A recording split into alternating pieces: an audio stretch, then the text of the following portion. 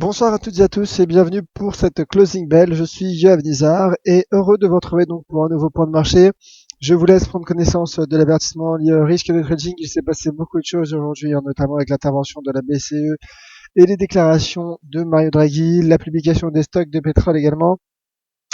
Négociation marge sur le marché des devises via des produits CFD comportent un risque élevé et ne peut être recommandé à tout investisseur. FXM et DLFX ne pourront en aucun cas tenir responsable de pertes ou dommages occasionnés incluant sans restriction des pertes ou manque à gagner qui pourraient découler directement ou indirectement de l'utilisation de ces informations. Voilà donc pour l'avertissement lié au risque de trading. Je vous rappelle bien évidemment que vous pouvez me poser toutes vos questions sur le chat ou même faire part de vos analyses et que j'interviendrai justement et je répondrai avec joie à toutes ces questions. Alors comme je le disais, les bourses, comme il est inscrit en titre de cette émission, les bourses qui sont soutenues par Mario Draghi. Alors la BCE a dans un premier temps à 13h45 annoncé qu'elle maintiendrait, en tout cas elle a annoncé le maintien du niveau de ces taux, des taux directeurs de la BCE. Mais Mario Draghi a annoncé justement 3/4 d'heure plus tard, lors de sa conférence de presse, qu'il pourrait agir dès le mois de mars, donc dès la prochaine réunion de politique monétaire de la BCE, et que la BCE qu'elle disposerait d'aucune limite concernant l'utilisation des outils pour lutter contre le faible niveau d'inflation et le faible niveau de croissance. Alors en effet, Draghi a insisté sur la fragilité d'inflation, sur notamment la récente publication du taux d'inflation en zone euro qui est ressorti inférieur aux attentes. Il a également insisté sur cette croissance et cette reprise qui peine à progresser en zone euro. Et donc les marchés qui ont été soutenus donc par ces déclarations jugées accommodantes par le marché. Alors je vois de nombreux messages sur le chat, je vous en remercie. Donc bonsoir à vous tous, notamment Greg, sans aucune rancune mon cher Greg. Alors le CAC 40 qui dans les derniers échanges prend 1,97%. Donc le CAC, comme vous voyez, avait pourtant progressé et passé cette résistance à 4225 points, sans toutefois parvenir à clôturer au-dessus de celle-ci. Bon, le CAC qui a bien évidemment ensuite, en tout cas voilà, qui a été pénalisé en début de séance, mais qui après Mario Draghi a subi une légère prise de bénéfices avant toutefois je vais passer en H1 plutôt. Voilà donc le cours qui a été pénalisé en amont de Mario Draghi, mais après ces déclarations, le cours est resté bullish. Et donc, prochaine cible pour le CAC à 4225. J'ai le sentiment que qu'à court terme, le CAC pourrait repasser au-dessus des 4300 points. Cela donne de l'élan au marché, cette intervention. Et d'ailleurs, on aperçoit une figure qui ressemble, en tout cas oui, une figure d'épaule tête-épaule inversée sur le CAC 40 en H1. Voici donc la première épaule, la tête, puis l'épaule. Donc en effet, on a peut-être les bourses, en tout cas les bourses européennes, ont peut-être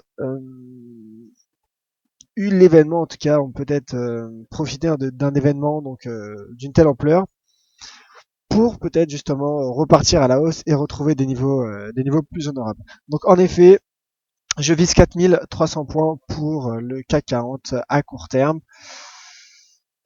Voilà donc pour le CAC 40, pour le DAX qui prend en fin de séance, en tout cas à l'approche de la fin de séance, 1,94%. Le DAX également qui profite de cette intervention donc de la BCE et donc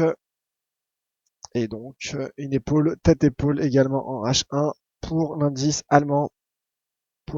Qui n'est pas parvenu, malgré cette forte volatilité cet après-midi, à repasser au-dessus des 4745 toutefois. J'ai le sentiment également qu'à court terme, les bourses européennes pourraient poursuivre leur rebond entamé aujourd'hui et donc atteindre cette cible à 9745 qui est la mienne, qui est mon objectif de cours à court terme pour l'indice allemand. Donc pour l'instant, ça rebondit au-dessus des 4300 points pour le DAX. L'euro-dollar à présent, l'euro-dollar s'élance très volatile sur l'euro-dollar. Pourquoi? Car au cours de cette intervention, l'euro a chuté jusqu'au 1,08 $. Logique, hein, intervention accommodante, l'euro qui baisse et les bourses qui en profitent. Ajoutez à cela un dollar qui poursuit son rebond, un dollar qui poursuit son rebond, comme vous le voyez, en 4 heures, malgré une consolidation donc intervenue dans l'après-midi. En tout cas, la première réaction a été baissière pour l'euro-dollar et le cours donc qui à présent profite d'une prise de bénéfices. D'ailleurs, on voit également une ligne de tendance haussière hein, qui attention. Alors la voici. Une ligne de tendance donc une droite de tendance haussière. Voilà, qui soutient la paire euro-dollar. Voilà, on voit hein, qu'il y a un niveau ici, un cluster qui sert de support au cours pour le moment. L'euro-dollar donc qui après être passé sous les 1,08 ne parvient pas à casser ce seuil à 1,08, elle ne parvient pas à clôturer en données journalières ce niveau, mais bon, ça se stabilise. Pour l'instant, ça se stabilise toujours dans son range 1,08, 1,10, 60, mais ça reste, c'est sous pression tout de même, c'est sous pression et proche de ce support. Voilà pour l'euro-dollar. Alors, n'hésitez pas à me confirmer que le son image fonctionne bien, puisqu'apparemment pour François a quelques problèmes de son. Alors, question sur le chat de la part de Fred. Fred qui demande le CAD yen. CAD yen, donc pour Fred. Ah bah écoutez, pour l'instant, également un rebond pour le CAD yen. Le dollar canadien qui profite hein, qui profite du rebond du cours du pétrole, car le pétrole rebondit malgré un restockage hebdomadaire qui a été publié hein, cet après-midi donc à 17h. Et le yen donc qui souffre finalement qui a été pénalisé après un climat d'appétence pour le risque retrouvé, en tout cas au moins à court terme, sur les marchés. Et donc le yen qui est une valeur refuge subit ce climat d'appétence pour le risque provoqué notamment par Mario Draghi et par la stabilisation des cours du pétrole. Voilà mon cher Fred, pardon. Prochaine cible donc pour le CAD yen à 85. Prochaine cible à 85 yens pour le CAD yen.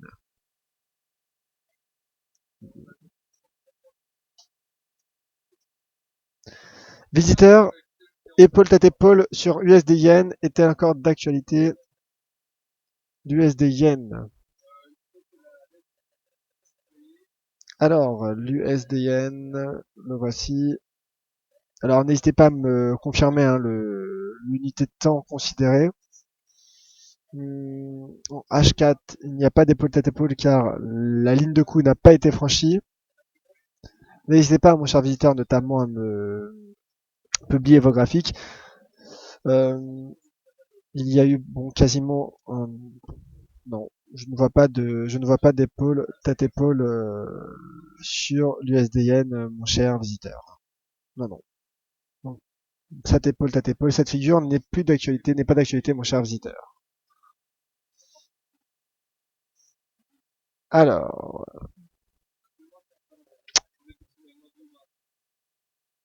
Greg, quelle pourrait être la réaction des marchés asiatiques face à cette annonce de la BCE? Alors en effet, une très bonne question de la part de Greg. Je pense que les bourses asiatiques pourraient se stabiliser également dans le sillage des bourses européennes et de Wall Street, car Wall Street a également ouvert en hausse. Donc je pense en effet que les marchés asiatiques pourraient reprendre leur souffle la nuit prochaine.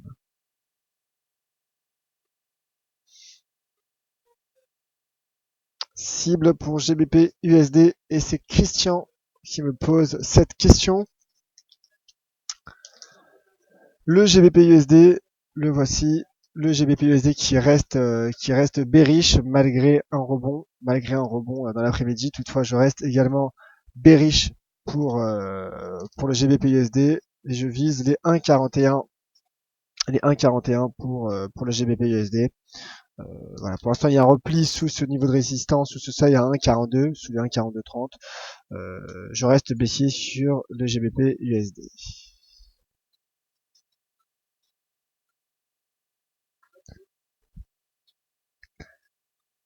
Tradato,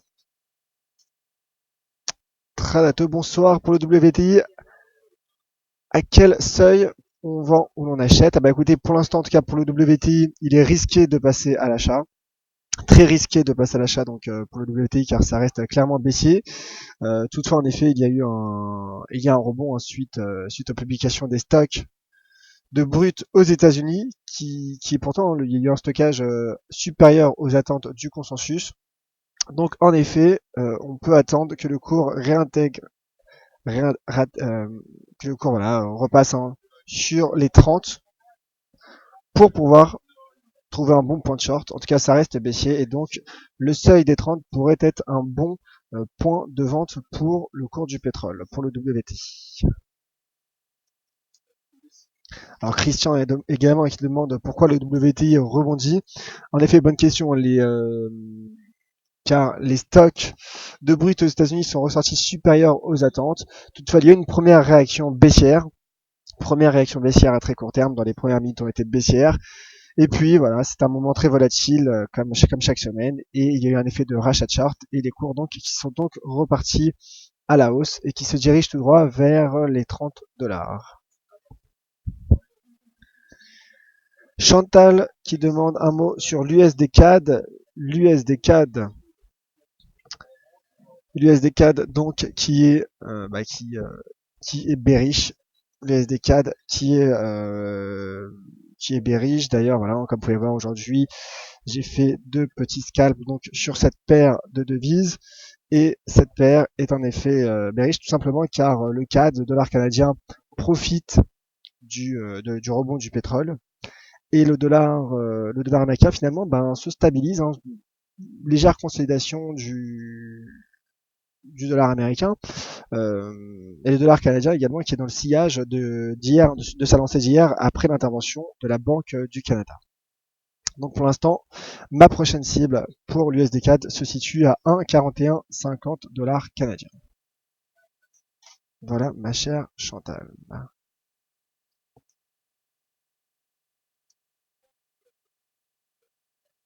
Alors, Greg, un rebond possible sur l'or sur sa ligne de tendance en H1. Un rebond est possible. Pour l'instant, en tout cas, la dynamique est haussière sur l'once d'or. Toutefois, le cours se replie sous les 1110 et repasse sous les 1100. Il est assez difficile à trader, en tout cas, de dégager en tout cas une tendance pour le cours de l'once d'or puisque l'once d'or se stabilise. Toutefois, il est toujours en risque. Je suis plutôt neutre pour le moment sur le cours de l'once d'or. D'ailleurs, l'indicateur RSI est sur les 50 et le cours pour l'instant en tout cas à long terme on peut s'attendre à ce que le cours de l'once d'or soit mis sous pression par la hausse du dollar car j'ai le sentiment que le dollar devrait poursuivre son renforcement avec notamment la politique monétaire de la Fed, mais l'once d'or profite d'un climat d'aversion pour le risque depuis ce début d'année 2016, un climat d'aversion pour le risque qui pour l'instant s'estompe un peu, en tout cas au moins provisoirement après les déclarations de Mario Draghi. Donc pour l'instant, j'ai envie de dire le risque est baissier, mais en effet, comme vous le dites, mon cher Greg,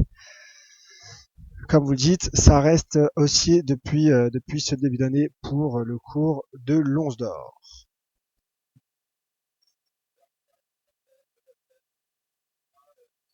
Alors, à nouveau sur l'USD-CAD et c'est misclick USD-CAD vers support oblique du 4 décembre et 3 janvier. Alors, en effet, l'USD-CAD donc. Oui, en effet, voilà, en effet. Tout à fait, mon cher misclick, le cours donc de l'USD-CAD qui devrait se diriger vers ce cluster donc qui correspond à cette oblique, à cette droite de tendance et à ce niveau de support à ce niveau, donc à ce seuil, à 1,4150 $ canadiens. Je suis d'accord. En tout cas, c'est mon biais. Je pense que l'USD4 peut tomber jusqu'à 1,4150.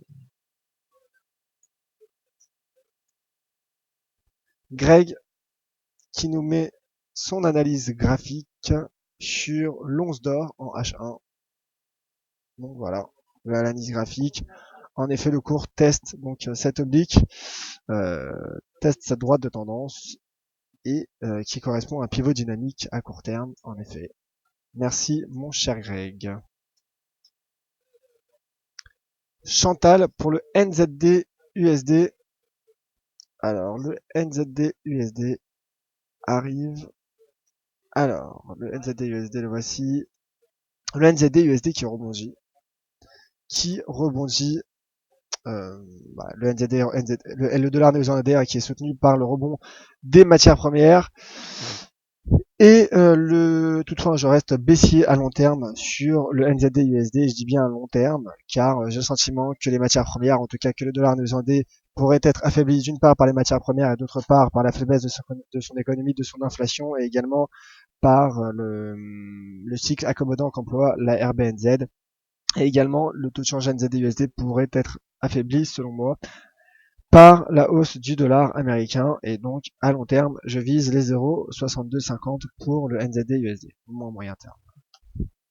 Également, donc, pour l'AUD-USD, puisqu'il s'agit de la question de visiteurs, l'AUD-USD qui rebondit et qui teste la partie supérieure donc d'un range à 0,70, qui teste ce support, ce seuil majeur à 0,70 $, qui est un pivot, donc en cas de franchissement pourrait viser plus loin vers les 0,70-65.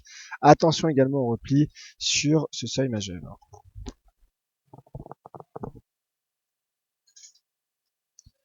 Frétala qui demande un mot sur l'USD Yen, l'USD Yen comme je disais, qui rebondit notamment, puisque le Yen est affaibli par finalement des déclarations accommodantes qui créent un climat au moins provisoire d'appétence pour le risque sur les marchés.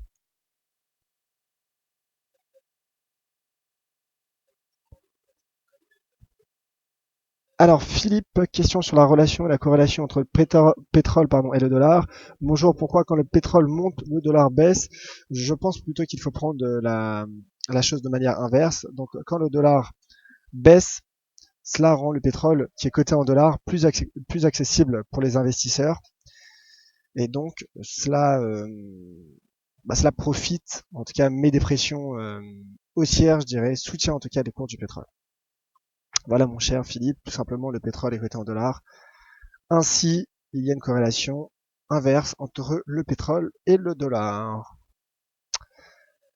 Alors, ainsi s'achève cette closing bell. Je vous remercie de votre attention. Merci à vous tous. On se retrouve demain pour un point complet sur le cours des principales matières premières.